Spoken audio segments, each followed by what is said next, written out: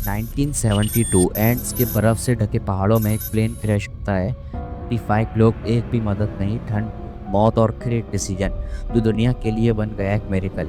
लेकिन पहले सबसे बड़ा मॉरल डिलेमा ये है फ्लाइट 57 का सच, जिसे लोग कहते हैं the greatest survival story ever told. 18 अक्टूबर 1972 यूरुग्वे से एक रॉकेट टीम जा रही थी चिली मैच खेलने। फ्लाइट नंबर था Puerto area Uruguay flight 571। Plane में टोटल 45 लोग थे, प्लेयर्स, उनकी फैमिली मेम्बर्स और क्रू। शुरू के कुछ घंटे सब नॉर्मल था, लेकिन जब प्लेन एंड्स के माउंटेन्स के ऊपर से जा रहा था तब हुई एक गलती, और उसी गलती ने सब कुछ बदल दिया। पायलट ने अज्यूम कर लिया कि वह चिली एयर स्पेस में घुस गए हैं और उसने प्लेन का डिसेंट करना शुरू कर दिया, लेकिन वो अभी ये माउंटेन्स के बीच था। अगले ही सेकंड प्लेन टकरा गया एक बड़े ग्लेशियर से। क्रैश इतना ज़बरदस्त था कि प्लेन के 2 टुकड़े हो गए, काफ़ी लोग उसी वक्त मर गए।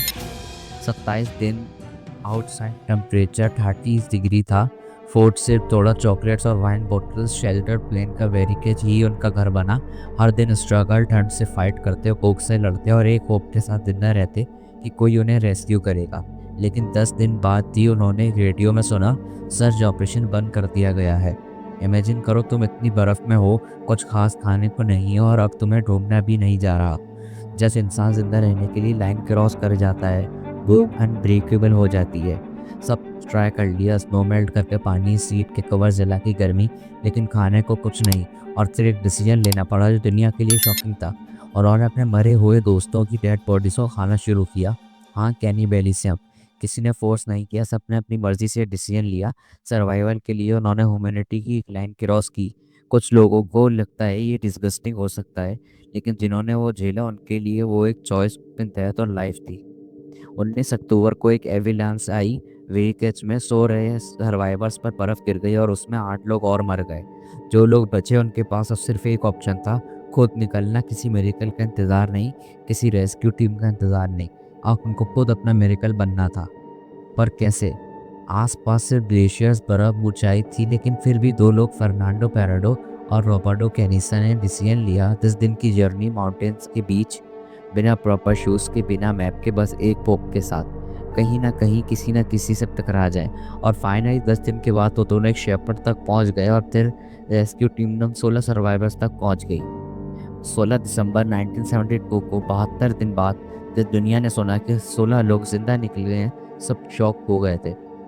जब सच सामने आया कि उन्होंने सर्वाइवल के लिए क्या किया, तो दुनिया डिवाइडेड हो गई।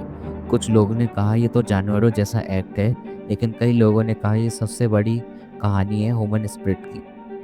फ्लाइट 571 के सर्वाइवर्स ने बाद में ओपनली बताया कि उन्होंने किसी को भी डिसीजन के लिए फोर्स नहीं किया था। ये डिसीजन एज अ क्राइम नहीं किया उन्होंने। हमने अपने दोस्तों का शरीर को एक गिफ्ट समझा, उनकी मर्जी साथ खाया। ये कहानी आज भी एक बहुत बड़ा मॉरल क्वेश्चन है। क्या तुम अपने दोस्त का शरीर खा सकते हो अगर तुम्हें पता हो कि तुम नहीं बचोगे? Human spirit is stronger than we think. Sometimes survival needs unthinkable sacrifice.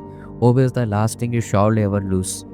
Flight 571 सिर्फ एक क्रैश की कहानी नहीं, ये एक जिंदा रहने की जंग थी। एक मिरेकल जो सिर्फ आसमान से नहीं, इंसान के अंदर से निकलता है। जब जिंदगी और मौत के बीच फैसला बर्फ जितना हो, हर हाथ पार कर जाता है।